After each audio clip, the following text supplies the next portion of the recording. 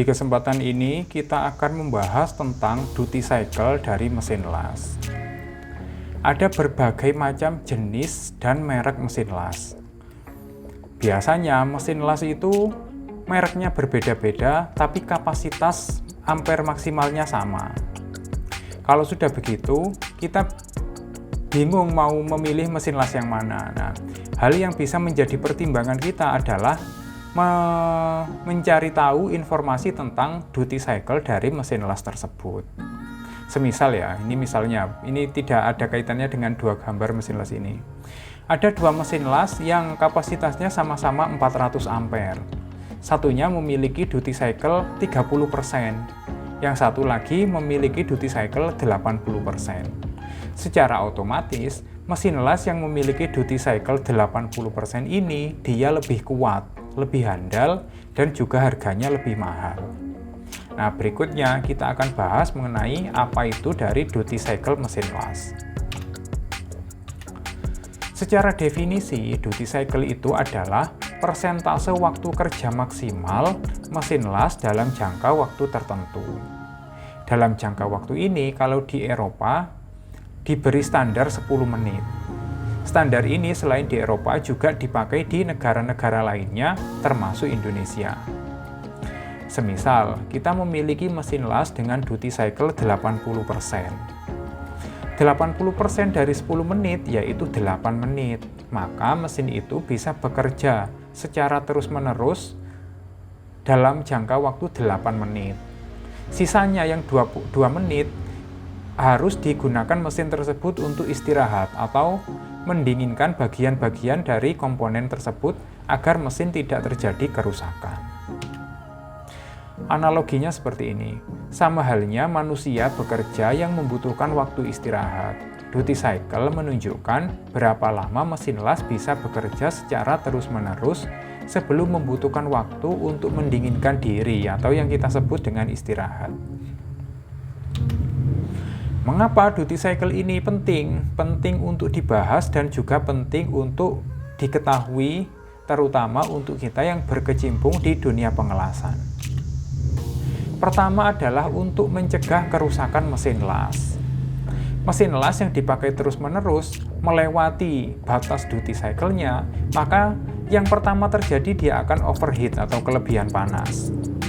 Setelah kelebihan panas, bisa memungkinkan untuk terjadi korsleting yang diikuti oleh terbakarnya beberapa komponen seperti trafo, lilitan, IC, kabel, dan lain sebagainya. Kalau mesin sudah rusak, maka mesin tersebut tidak bisa dipakai lagi, membutuhkan biaya untuk perbaikan. Kemudian mempengaruhi kualitas hasil dari pengelasan. Mesin las yang terlalu panas atau melebihi duty cycle-nya, melebihi pemakaian duty cycle, bisa menyebabkan keluaran ampernya ini tidak stabil. Biasanya gejala yang paling awal itu, ketika kita mengelasnya awal-awal stabil, kemudian ampernya seperti mengecil. Nah, itu biasanya dia sudah melewati batas duty cycle.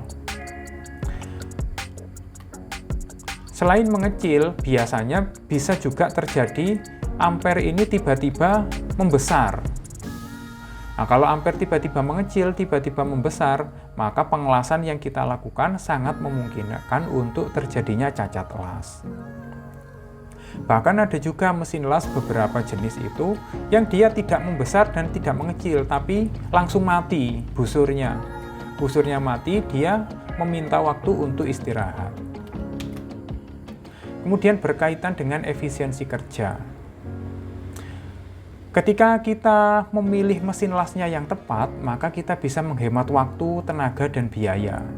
Kalau pengelasan kita skalanya industri, skalanya besar, pengelasannya barangnya tebal-tebal, maka kita memilih mesin las dengan duty cycle yang besar. Maka tidak memerlukan waktu banyak bagi mesin untuk istirahat.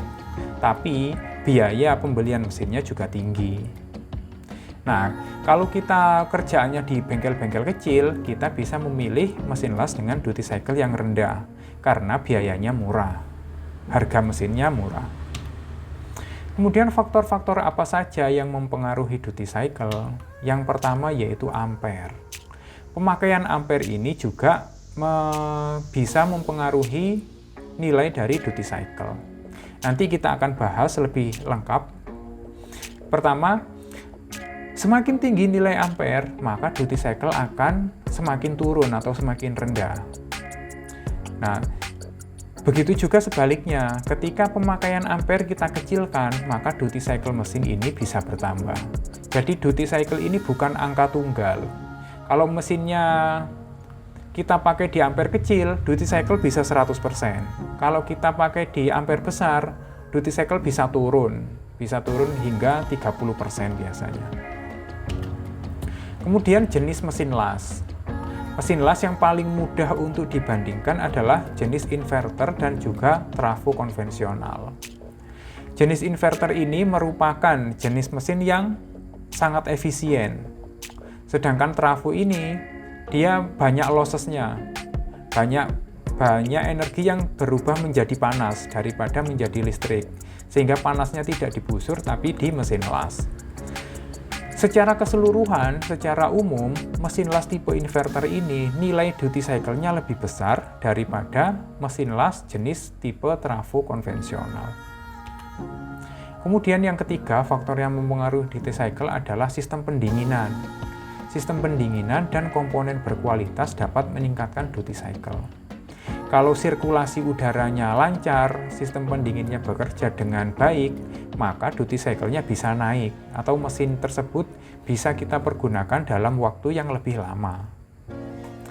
Begitu juga sebaliknya, kalau pendinginannya tidak bagus, maka mesin akan cepat panas dan duty cycle-nya akan turun. Kemudian pada bagian komponen yang berkualitas, misalnya, kalau di dalam mesin itu ada lilitan aluminium dibandingkan dengan lilitan tembaga, maka lilitan tembaga ini konduktivitas penghantaran elektronnya lebih bagus daripada aluminium. Jadi secara umum, mesin las yang memiliki lilitan tembaga memiliki duty cycle yang lebih baik daripada mesin las yang memiliki lilitan aluminium. Nah, kita sudah sampai pada cara membaca duty cycle atau cara membaca spek mesin las berkaitan dengan duty cycle. Ini adalah mesin las yang ada di bengkel. Mesinnya mereknya Miller atau diproduksi oleh perusahaan Miller. Tipenya yaitu Blue Thunder 403. Mesin ini memiliki kapasitas maksimal yaitu 400 ampere. Ini adalah kode atau tanda, simbol, bahwa mesin las ini hanya bisa dipakai pada instalasi listrik 3 fase. Jadi source atau sumbernya harus menggunakan listrik 3 fase yang nantinya akan dirubah menjadi arus direct current atau arus DC, arus searah. Kemudian kita baca nilai duty cycle-nya. Nah, ini yang pertama. Duty cycle ini nilainya 35% ketika dipakai pada kondisi 400 ampere. Untuk sementara nilai voltase ini kita abaikan. Kita ke nilai persentase duty cycle dan juga nilai penggunaan ampere. Nilai duty cycle 35% ini artinya apa? Artinya mesin ini bisa bekerja secara terus-menerus pada kondisi 400 ampere selama 3,5 menit. Karena satu cycle itu ada 10 menit, berarti ada sisa waktu 6,5 menit yang tidak bisa digunakan, yakni harus digunakan mesin untuk istirahat. Istirahat untuk mendinginkan bagian-bagian yang panas di dalam mesin tersebut. Kemudian yang kedua, di baris kedua ini setelahnya. Di sini, nilai duty cycle yang tadinya 35% naik menjadi 60% ketika ampernya diturunkan dari yang tadinya 400 menjadi 305 ampere. Kalau ampernya 305, maka nilai duty cycle-nya 60%. Artinya apa 60%? Artinya mesin tersebut dalam satu siklus bisa digunakan secara terus-menerus selama 6 menit. Karena satu siklus itu 10 menit, maka ada sisa waktu 4 menit yang tidak bisa kita pakai untuk mengelas, yaitu 4 menitnya untuk istirahat. Kemudian yang terakhir, nilai duty cycle ini bisa naik lagi menjadi 100%, asalkan nilai ampernya kita turunkan. Yang tadinya 305 sekarang 235. 100% artinya apa? Artinya dalam satu siklus 10 menit itu, dia bisa bekerja selama full 10 menit kerja. Dan tidak membutuhkan waktu untuk istirahat. Waktu untuk istirahatnya 0. Di sini sudah bisa kita tarik kesimpulan. Semakin besar kita menggunakan ampere, mesin ini hanya bisa bertahan sebentar, 3,5 menit saja. Kalau ampernya kita kecilkan, mesin ini bisa bertahan full 100 menit. Nah, ini yang sebaiknya kita pahami. Nanti ketika mengelas, tiba-tiba mesinnya kok sudah tidak stabil. Nah, itu biasanya sudah melewati batas duty cycle mesin tersebut. Apakah duty cycle ini akan tetap nilainya seperti ini? Tidak. Ketika mesin itu digunakan terus-menerus, nilai ini bisa terjadi perubahan.